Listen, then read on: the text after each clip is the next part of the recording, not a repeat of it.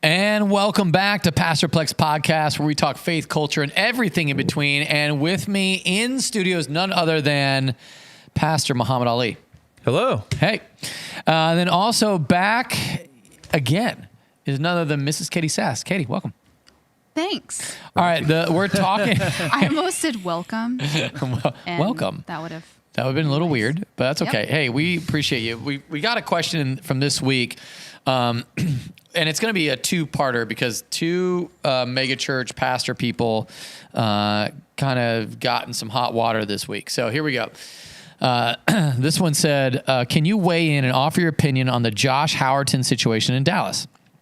There was an article in the Dallas Morning News, and that references a tweet made. Then an article on Christian Post covering him apologizing. Do you think he did anything wrong? Do you think he should have apologized? How would you handle things if you were in a similar situation? So this is going to be part one of the two-parter. So Josh Howerton is the lead pastor at Lake Point Church. The pastor before him, it was a cool dude, Steve Stroop. And so this is a legacy mega church that's really renowned in the Dallas area. It's East Dallas. Yeah, it's one of the largest growing churches in the U.S. And it's awesome. It's a great church. At one point, I was considered to be the teaching pastor there, but they didn't actually interview me. I don't really know what that means. And it's kind of like, oh, wow. Anyway, so at least they saw my resume at one point. Okay, so here's what happened. I'm going to kind of give you the general gist of the joke. And then, Katie, I'd love for you to kind of give your response as a woman. It went something like this. It was like he was talking about marriage and said, ladies, you were thinking about your wedding day. You were thinking about the flowers. You were thinking about the place settings. You were thinking about the dresses. You were thinking about your dress and how everything was going to go. And so, future husbands, if you want to do this right, you stand where you're told to stand, you wear what you're supposed to wear, and you do whatever she tells you to do. You stand where she tells you to stand, you wear what she tells you to wear, and you do what she tells you to do. Yeah. And then he kind of goes, everyone's like, yeah, ha, ha, ha, ha. And then he flips it and he goes, but you know what? Men, their whole lives, they've been dreaming about their wedding night. And so he goes, so that means wives or ladies, you need to stand where he tells you to stand, wear what he tells you to wear, and do what he tells you to do. And it was supposed to be funny. And honestly, I think it's kind of funny. It's like the people were clapping. Yeah, they thought it was hilarious. During the service, they clapped. clapping. Everyone loved it. Nobody... Yeah. So, but then the backlash claim, because what was clipped was the second part. The second part, hey, women, stand where you're supposed to stand, wear what you're supposed to wear, do what he tells you to do. Yep. So, Katie, I wanted to hear from you just your initial reaction to that, just the in passing reaction. And then, Mo, I'd love to hear from you as well. So, Katie, what do you think when you first hear that? Stand where you're supposed to stand, wear what you're supposed to wear, do what he tells you to do. Only the second part? Mm-hmm. Yeah. I mean, I would be highly offended. Yeah. Now, in context, how about that? In context, no. Yeah. I would think, it was that's funny. Yeah. Right. That is funny. Yeah. And because he's not being a draconian, he's not encouraging men to abuse because he their has wives. two daughters. I just Googled him. I did a quick Google search. And he has two daughters. Right. And I don't think that he would want his daughters to marry a man that would act abusive, that way. right? Yeah. He wouldn't. And so I think if you look at it as he's hopefully, assumingly, he's a loving father, he's a loving husband, and he made a joke that maybe it was a poor joke. I don't think it was a very good joke to make on a stage as a pastor. It's kind of like, consider your role, consider the platform you have. Do you think I would make a joke like that? No. Really? All right, thanks. Which is funny because you would think Plek would make a joke like that. Yeah, I would totally make a joke like that. Yeah. But even Plek doesn't make a joke Yeah, like that. if even I don't make a joke like that, maybe that's a little far. Well, I like to think think of you a little higher. Thank you. Than making man, a joke I don't even like think that. about myself that highly. So I was I would probably be tempted. I would be like, that was funny. Yeah. I might have to say that. Yeah, I thought it was funny too. Like when you told me the whole joke in context, I was like, oh, that is pretty funny. Because that's It's like, yeah, men do dream about their wedding night. Right. Like, that's like what they look forward to. Ryan couldn't care less about the wedding day. Like, he let me do whatever I wanted. He was like, oh, you want everything pink? Don't care. Yeah. Literally do whatever you want. Yeah. And then I just care about the hotel room that night. And so it's like, he was just, yeah. So it's like, it makes sense. Yeah. But I think because he's a pastor and it was probably just a bit awkward of a joke for him to make. I think it was funny. Yeah. But I could see why other people would think like, oh, that's... Okay. Yeah. Okay, good. What do you think, Mo? What would your... I think, so one, is it a dirty joke? No. It's a joke about sex, Right. which I think is totally in valid. the context of marriage. In the context Yeah. of marriage. Right. Yeah. Is it a joke to make during a sermon? I would say absolutely not. If it's outside of a Yeah. sermon, absolutely hilarious. Yeah. But even within the joke itself, even if you think it's okay to make during a sermon, I think there's a lot of assumptions that go into the joke. One, I don't like, because this is where I'm going to start criticizing. One, I don't like that he said, this is, right before he told it, this is something that a mentor told me years ago, and let me give you all some advice. So the second that you say it's advice, Now it's... I get it. weird. You're supposed to like extrapolate the truth within the joke. Yeah. But then there is some advice within that. Right. So I think seems weird. It just seems weird. So I think the assumptions that go into the joke are, one, only the lady cares about the wedding day, which honestly for Lauren and I, it was funny because like we got engaged and we're about to get married, and she started to flip out about all the planning and all this. And I don't know if I was supposed to do it, but I almost like threatened her. I was like, if you start to freak out, we're going to go elope. And so from that moment onward, she was just like, all right, like I'm gonna chill out. And we enjoyed the process, and it was Yeah. it was mutual. We did it together. So I think the assumption that just the woman cares about the wedding day, it's an assumption, it's stereotypical. And Right. just the man cares about the sex afterward. That's also an assumption that's Right. stereotypical, that's Right. incorrect or should be incorrect. And then third one, the assumption is both of y'all, for that joke to work, are virgins. Right. How does a virgin man know what he wants on his wedding night? Right. Oh, that's So funny. there are a lot of, If you start Yeah. to dig into I the joke... love how you literally broke every single part of that down. Yeah. Like, that was Yeah, that was and I think because when I heard that joke, I got the general. I didn't go. Yeah. I just took okay, funny, haha, move on. But Yeah. jokes are stereotypical. Right, Like that's they what are. makes them In fact, funny. if you're not is stereotypical, then it's not funny. It's At all. not funny if at a all, right. joke is neutral and understanding, then Yeah. it's not a joke. Right. And if you put like 50 disclaimers on it, Right, then it doesn't. right. It's not funny. Yeah. But if that was like John Christ with a stand up joke, funny. Kill it. 'Cause he's a absolutely. comedian. Yeah, exactly. So I do think. Okay, that's good. That was a good perspective. So yeah, I think that. So then the apology. I don't know if you saw the apology. So the apology, and I don't want to say he plagiarized because I don't know, but it was almost 100% exact with another mega church's pastor's apology. He said like, "Hey, I said a thing, and then I said careless words will be judged or whatever, or a proverb," he said. And then he go the next part, it was exactly the same. Next part was exactly the same. And so, and I get it. You want to make sure you just screwed up, Yeah. and you want to go with an apology that works. So why not craft one from someone that already did it? Do you think he thinks he screwed up? Like, do you think he is taking full responsibility for it, or that he needs to take responsibility? I wish for I knew. it? This is, when you're in this is as all of us right now are in a public space, right? With all of our tens of listeners out there, we have a responsibility to these tens to kind of to choose our words carefully. But I can say whatever I want, Right. and you can't, Right. That's true. And That is true. so it's like, and you've talked to me about this before because I get irritated with you when you kind of play neutral on things. And I'm like, just freaking say what you think. Yeah. Like, say your opinion. Right. I know outside of this, I know what your opinion is. Right. So just say it on this public platform. Right. But you won't Right. because you are a pastor and you are shepherding a flock of a ton of different people. That's and true. And so it's like, there are things you can't be super, what is the word? Polarized? Like Polarizing. That's good. Yeah. And you can't. Like if take a I strong gave my stance on opinion about something. homeschool, Yeah. now all of a sudden everyone's like, Yeah. It goes Because from if me it's- to that church. Right. Yeah. If it's not biblical, like if it's not a theological issue, Right. then like it doesn't mean anything for you Right. to take a stand. So, but it's like I can because Right. I'm not in a pastoral role. I'm not even in a ministry leadership role. Like I'm just like, And hey, have they I? come to I think church. I have said the wrong thing. My platform is tens versus millions, and so therefore the backlash is way huger. Yeah. So I do think Huger. Huger. I got some good vocab right here.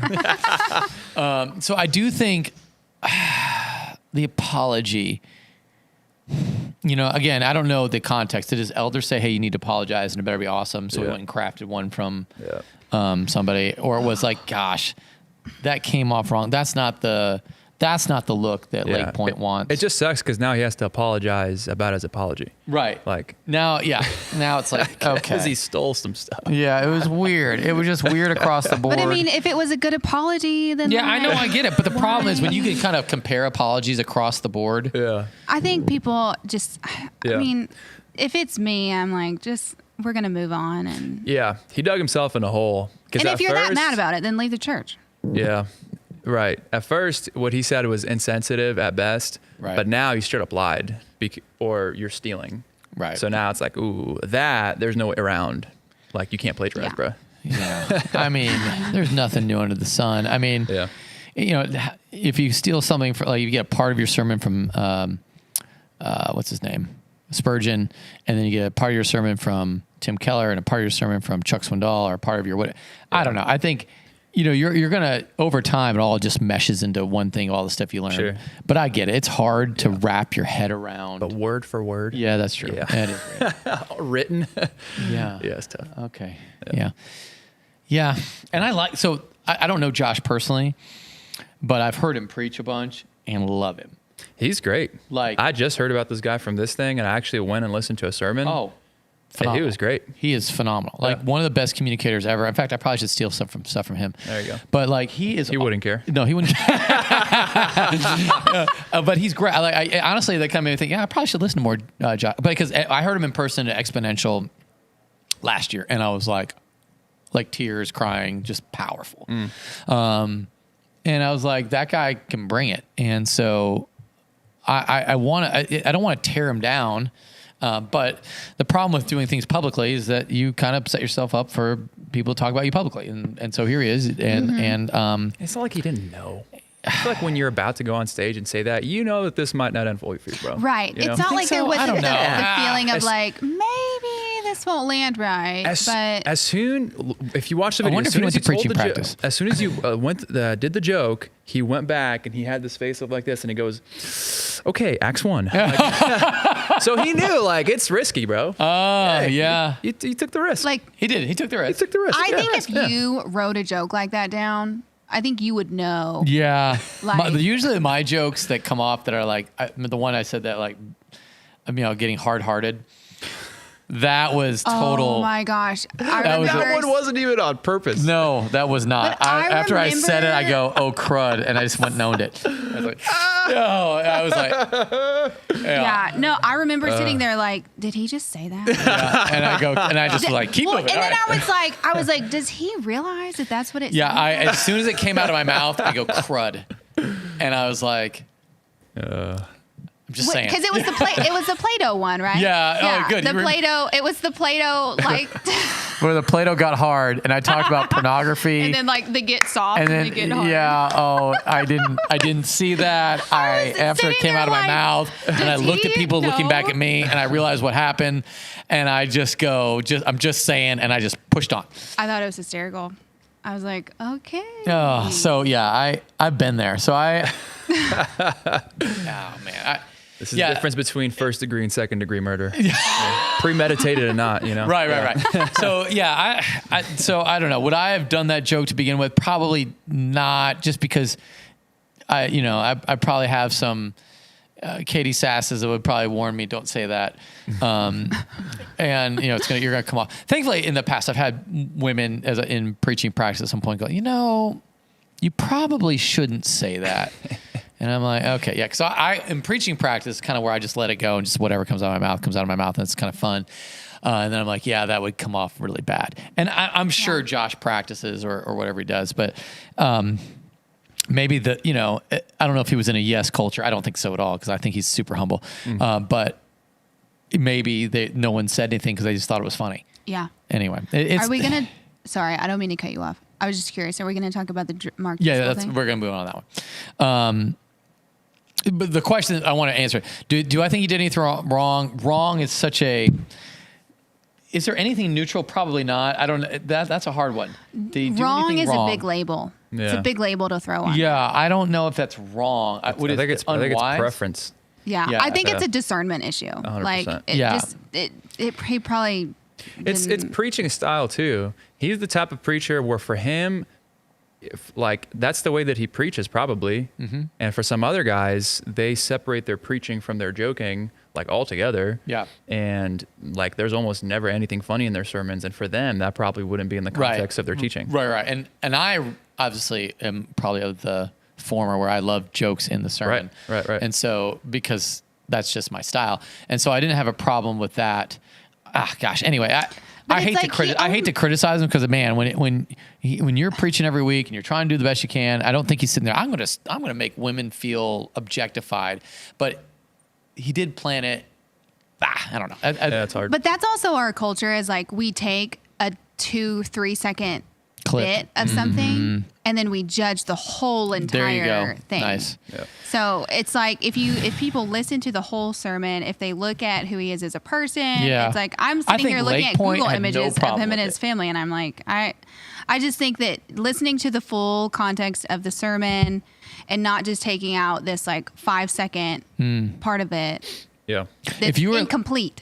If you were at Lake Point Church, you would have thought it was funny. You're probably like, oh, that's just Josh. Yeah. But if you're not, and you're in social media world, you're like, what is wrong? That's why we hate Christians. They're just blah, blah, blah, blah, blah. And now you're like, you may have put the unnecessary offense. Yeah. There you go. Yeah. An unnecessary offense. There's definitely things to be offensive about. Yep. If we want to talk, and he has done a great job. I probably would have been offended that he didn't include women in being excited about the wedding. I probably would have been like, what the heck, dude? I was excited about too. Okay, good. Yeah, right. It's not just for him. Yeah, that's good. That's good. So yeah. Okay, yeah. I don't know where I was going to go beyond that. Yeah. Do you think so? Should he apologize? I think the apology was political. It was wise. Yeah, it was wise. I don't think he should have apologized at all. Yeah. I think he just owned it. Yeah. Yep. That was for my. But I'm also not a pastor. Yeah, I think he should have said, "Hey, that was for my church," and in context, I said this, and if you could have taken it wrong, not the way Mo took it wrong, but if you analyze this and dug deep and said I was stereotypical, that's why jokes are funny. That's why it's a joke. Blah blah blah. Yeah, exactly. And in my style of preaching is jokes, and I would have probably written a blog or had a separate thing, not in a Sunday sermon, to apologize for it. Yep. But maybe he felt he had to do it in the same venue that he made the joke. So that might, and again, I don't know he probably submitted to his elders on this. I'm sure the leadership of that church said, Josh, here's the direction we want you to go. And he's like, got it. And they may have said, hey, here's a clip from Somebody Forever Go. Do something like this. And he's like, how much time do I want to spend on this? Minimal. Well, and it's like, I'm going to knock it out. He wanted to play it safe. Yeah. And playing it safe is apologizing. But gosh, the one question, how would I handle if I were in a similar situation? Yeah, if I made a joke like that, which again, very possible. For example, someone took a clip of my Play-Doh thing, posted on the internet, and said, this is just inappropriate. I would have been like, yeah. Then listen to the whole sermon. Yeah, I was like, listen to the whole sermon, but that just slipped. Sorry.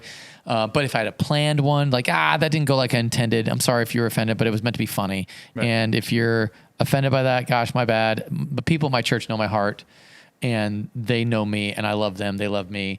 And that was an in-house thing that you got to you got to be an outsider looking in at a joke that I made.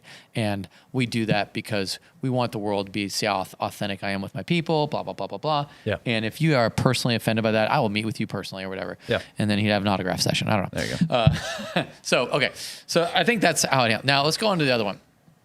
Mark Driscoll. Now, are you familiar with what happened? The conference. The men's conference. I think was it Strong Men Conference? Something like that. know. In what was it? St. Louis? Oh, I don't know where it was. Yeah. Anyway, it was somewhere, not here. Mark Lindell, I think, was the pastor that hosted, and they had a male stripper. I think a Vegas male stripper come on. Wait, he was an ex-male stripper. Okay. Basically, I saw the video on Instagram. Yep. And I was going through all the comments. That's one of my favorite things to do now is like I watch controversial videos on Instagram and I just read all the comments of everyone arguing. Yeah. Nice. So everyone was saying like he took his shirt off. It was weird. It was a bit weird for a men's conference. It was supposed to display like strength or something because he took his ripped. shirt off. And I mean, I guess he was like really buff or something. Yeah. And he's like climbing up this pole. Right. And then he like put a sword down his throat. He was swallowing swords, yeah. Like he was doing a bunch of like crazy things. Yep. But he wasn't like, it's not like he was grinding against the pole. No, he wasn't doing anything He like wasn't like, it sexy wasn't dancing. like, Yeah. sensual, but it was like a bit interesting. Yeah. But he was a male stripper in Vegas. Right. So was he now a Christian?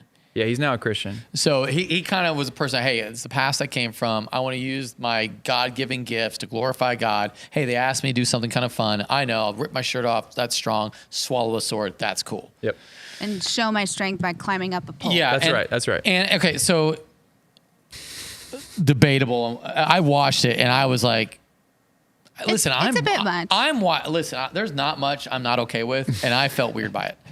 Like I'm about to go to the edge of the limit on that kind of stuff because I'm like, yeah, anything feats of strength, that's kind of cool. But that was just, I feel like maybe if he'd kept his shirt on. yeah, ripping the like there was no point to the shirt thing. Like it's not like you're at like Chippendales or something. Right, and especially nowadays with it, like okay, at our church. I can name off at least 3 same-sex attracted men, and that are known, and I don't want to say same people that struggle with same-sex attraction might be. Yeah. Yeah.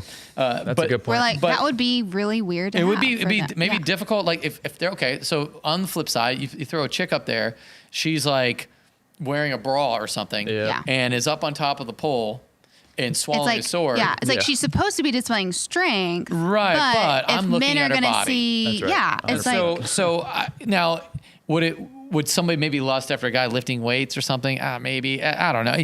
You know, it wasn't a church. Not that I'm of the opinion, which you're free to disagree on this. Like you can do whatever you want to kind of communicate the gospel, but that was just to me a little much. Mm-hmm. But that's just my preference. Yeah. And I wouldn't go there. so Okay. Driscoll. So Driscoll comes on the next day, and what happened?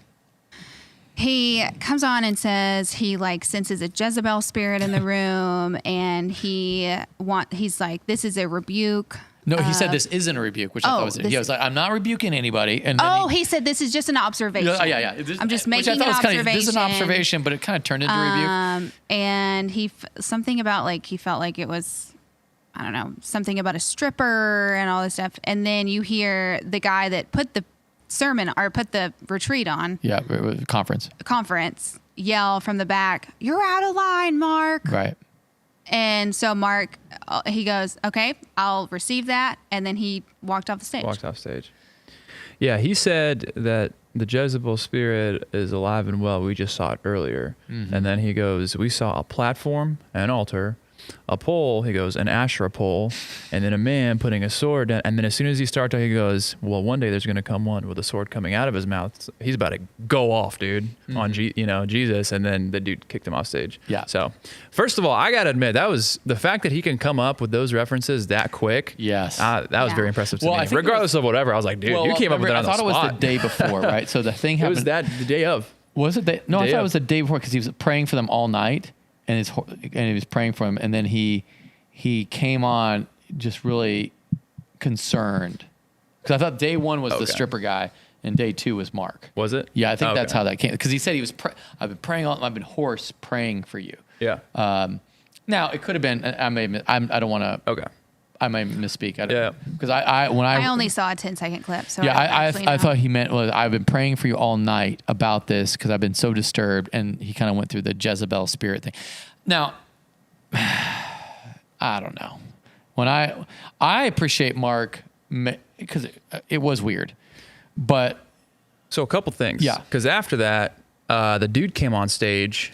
yes, And then he said, "Hey, this is not a way to confront a brother. First, the Matthew Bible 18. says go to him in person." Yeah. And then this is why it made me think it was the same day. He said, after that, Mark and I were somewhere for 30 minutes, and nowhere during those 30 minutes did he come up to me. right. But then after all of that, they both got up on stage at the end, whether it was that day or the next day, and like hashed it out. Apologize to each other. Yeah, exactly. Like Oh. Mark apologized. Mark or something. apologized. Another apology. Boom. Okay, I appreciate that. Okay, so I think that man, That's weird. it is weird. I like what Mark said. Well, yeah. If I saw that dude doing what he was doing, taking his shirt off and swallowing swords, I would have left, dude. I'd be like, this is ridiculous, bro. This makes me think of the But circus. wouldn't you Yeah. leave as opposed to? I don't know. This is a hard one because do you? I would have left. Well, no. But okay. would you say something, or would you leave? I mean, so like, If I'm an attender, I'm just leaving. But Right, in right. But if Mark's you're case, Mark- that's the weird part. he Is that should have dude was said actually it in right. behind the scenes. He should have told that dude first. yeah. instead of like going up on stage. But and wasn't saying it a public thing? So you need a public rebuke. I could see that too. Yeah, but okay. But if you're gonna do it, double down. Don't Right. apologize after. Well, and I read in a comment that like he probably felt like because his name was tied to it, that he needed to publicly make it known how he felt about it. yeah, but you could do that Yeah. by just leaving. I think. Yeah, you can do that in a multitude of ways. Yeah, like hey, I'm out, and Yeah. and then it could have been like hey, and then after like you leave, and they said listen, I can't. Like again, he's hanging out with Mark Lindell. I think is that. I don't know if that's Anyway, yeah. Pastor Lindell. He's hanging out with him, John Lindell. Yeah. He's hanging out with him backstage. He's not saying anything, and then Yeah. he goes out there and says that. It is kind of weird. That's weird. That is weird. You could say, "Hey, I didn't agree with that, and right now, as I'm about to go up, you better know I'm about to address it." Right. And then right there and then, he'd be like, "You're not going up then." Yeah. And then, or be like, hey man, I can't go up and preach. Yeah. That thing I just saw, Yeah. whether it was last night or today or whatever. Yeah. I can't go there. Yeah. So I feel like that part was, and Mark kind of has a history of just kind of, Oh, going I off the just went down a rabbit hole of watching his Instagram videos, Yeah. and like he doesn't hold back. He's a wild he's man. he's a beast. Like if he is not the guy that is like how you say you can't just say anything Right. you want. He says like it. he says whatever he wants. Right. And it Like cost he's him. calling Gets him he's in calling trouble. people Right, sluts. He's calling people Yeah. like idiots. He's just like He also said there's, a pile of dead bodies behind the bus of Mars Hill. And I think that kind of like when I heard that, I remember him saying that the Yeah. original time he said it, and I go, Ooh. what? so, The okay. church. So if you get in the way of the Mars Hill bus, you either get on or you get run Yeah, over. yeah, that's what he's. And I understand what he's saying. Like, hey, we're going But, somewhere, and if you're going to resist it, then get out of the way, or What's we're going to run you over. Mars Hill? But that just is Mars Hill. It was his church back in the day, Mars Hill Church in Seattle, and now he pastors a church in Arizona because he got fired from that church because of abusive leadership. But yeah, It so was like one of the hugest mega churches. yeah, it was so sad because I loved Mark. Probably abusive for- leadership. Like he was the abusive leader. And it was sad because he would say stuff like that, right? And he'd be unapologetic about it until he was. Well, it's cool to be unapologetic unless you're being an jerk. actual like a hole. Yeah. Yeah. And he was. And I think he couldn't own that. And I think, this is where if you can't own your own sin, I think this is where Paul David Tripp was like meeting with him, and he goes, he will not repent.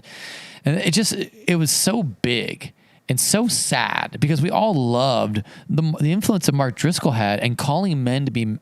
Man, Yeah, yeah, that's a big that's part. his big thing. I mean, like we need manly men, and I don't even mind if, like, I think he is reaching a section of men that I don't think I could ever reach. That's not my deal.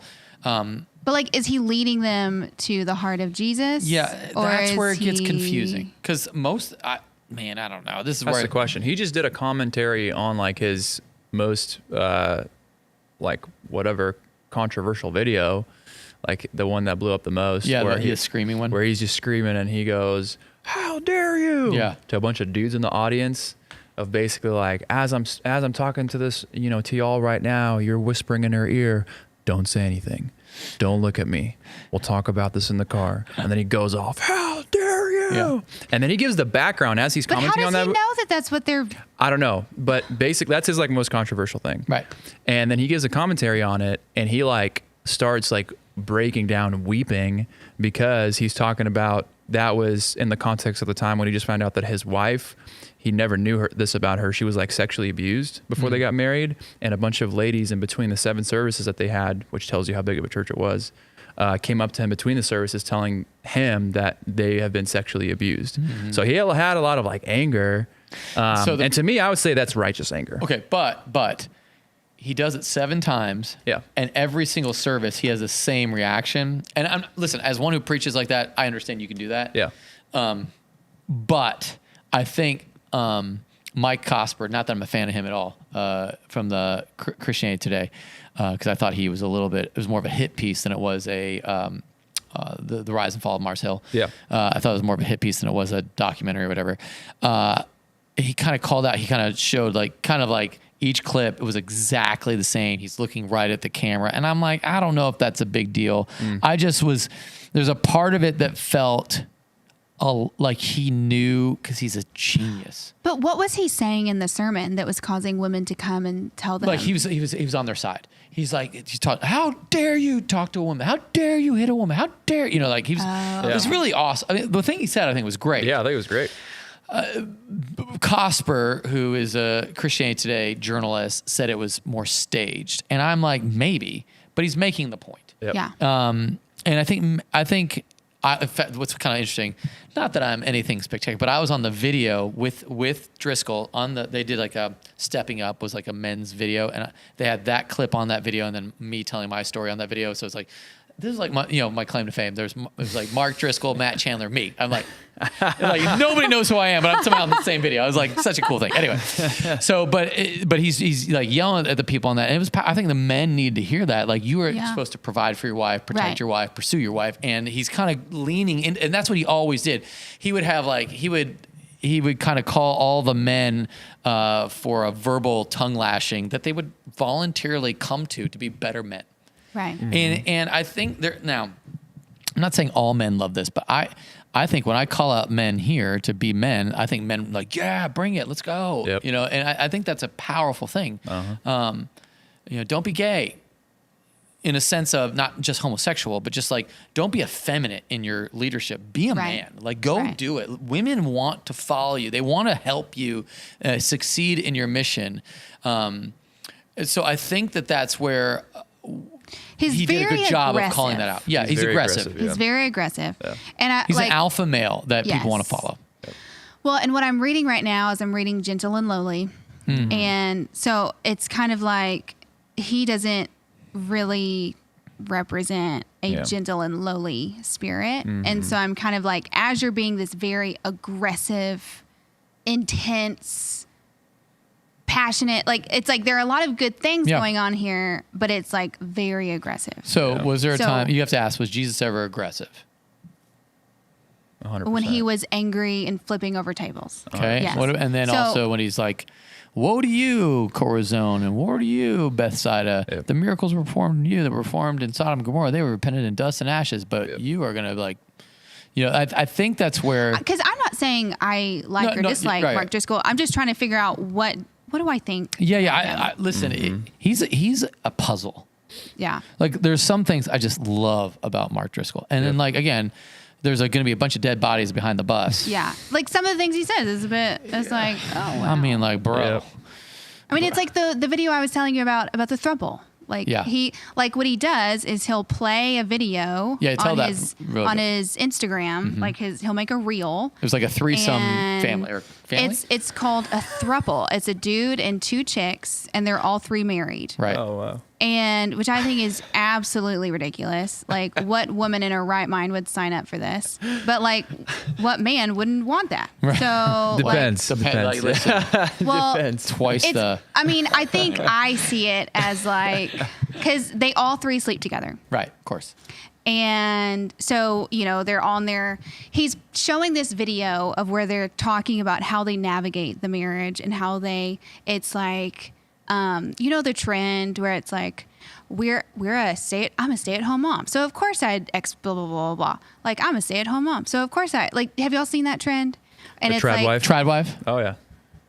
Is that what we're talking about? wife? Yeah. Trad wives, wife. traditional wives. Yeah. It's like blown up. Oh yeah. Or it's like, there's someone else. It's like, I'm a dad. Of course I da. And they're going through the list of yeah, yeah. of Like course dad chores or like take care of the kids or like just something. coach the team or whatever. And then, so like this throuple is doing that. They're like, we're a throuple. Of course we all sleep in the same bed together.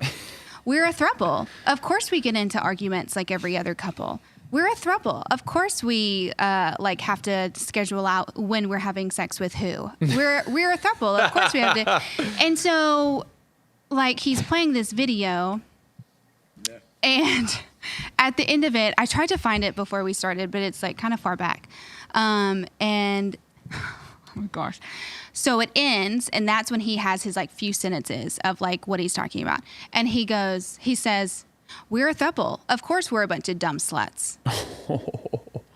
And I was like, Mark Driscoll says that. yeah. And I was like, Yeah. And so you're like, well, I was like, Yeah. aren't you a pastor? right. Because, and here's where that scripturally, don't judge those outside the church. Right. Now, I think he could, it makes it super hard for them to be reached. Now, Yep. granted, Yeah. at the same time, Like if we're called loss to is win Easter eggs. over Right. the Yeah. loss, like that's only going to push them away. Right. And Yeah. not that you should never say anything that might offend someone. I think you'd that's say like lost, that but, is sin. That's Repent. That's like that was a bit rude. Yeah. And That I was think not loving. I think if he was here, he would say, well, God like uses derogatory terms in the Old Testament that are as bad or worse than that. And my rebuttal to that would be he does that through prophets. And he does it to those who should know better. Yep. So he's He does it calling to out Israel. Israel. Yep. Right. And Yeah. I think that's the Well, it's problem. like in Proverbs, like he Yep. says, people are fools. People are Right, and Yeah. whores. Like Yeah. Ezekiel Yeah. is pretty nasty. Like It's very nasty. Yeah. It's like Aholiab and her sister. I mean, it's straight up Yep. pornographic with Yeah. bestiality. It's wild. And so you're like, Ooh.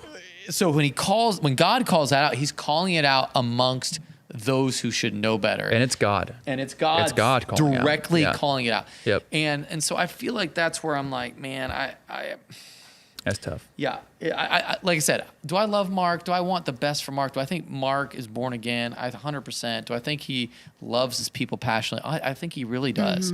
Yeah. I just think that he goes off the rails, and it's a pastor like that. It's like, it's like in Top Gun when you have Maverick as one of your fighters. You can't really trust him because you don't know where he's going to go, and that makes it hard to follow. Like that's if you're going to be Top Gun.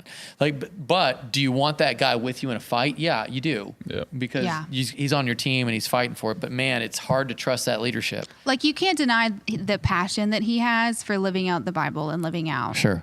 his faith. Yeah. Phew. All right. Any other thoughts on our current event moment of the week of the Howerton Driscoll thoughts? Lots of apologies. Lots of apologies. Yeah. Okay, real quick on that. He apologized. Do we know what he said? Like what his apology was? He I don't know. I just, as soon as I saw that he went up there to apologize, I turned off the video. I got so pissed. Because I was like, bro, you had guys walk out of that conference as soon as he kicked you off stage. Right. And so those are all the dudes that were like, dude, that's my man. You spoke up. I was thinking the same thing. And now all those dudes felt like they got smacked in the middle. Like, that's messed up, dude. Yeah. If you're going to do something like that, you better stand up for it. Or don't do it at all. Right. Yeah. Or just don't do it. Yeah. Or just don't or do just it. walk out Yeah. and then be like, be quiet about it and move on. And then Yeah. you can say, hey, listen, John, here's my personal letter to you. Yeah. Yeah, it was the way that I think I agree with him. I think everyone sort of agree with him, but the way he handled it. Nah, it wasn't good. Yeah. Yeah. Okay. Any other thoughts from you, Katie? Being a pastor sounds like it's a lot. Yeah, it's pretty accurate. All right. Hey, everyone. Thanks for watching Pastor Plek's podcast. Make sure you like, share, and subscribe. Let people know that we're here talking about stuff that matters to you as we talk faith, culture, and everything in between. Just remember, text us in, and you can ask any questions, 737-231-0605. From our house to yours, have an awesome week of worship.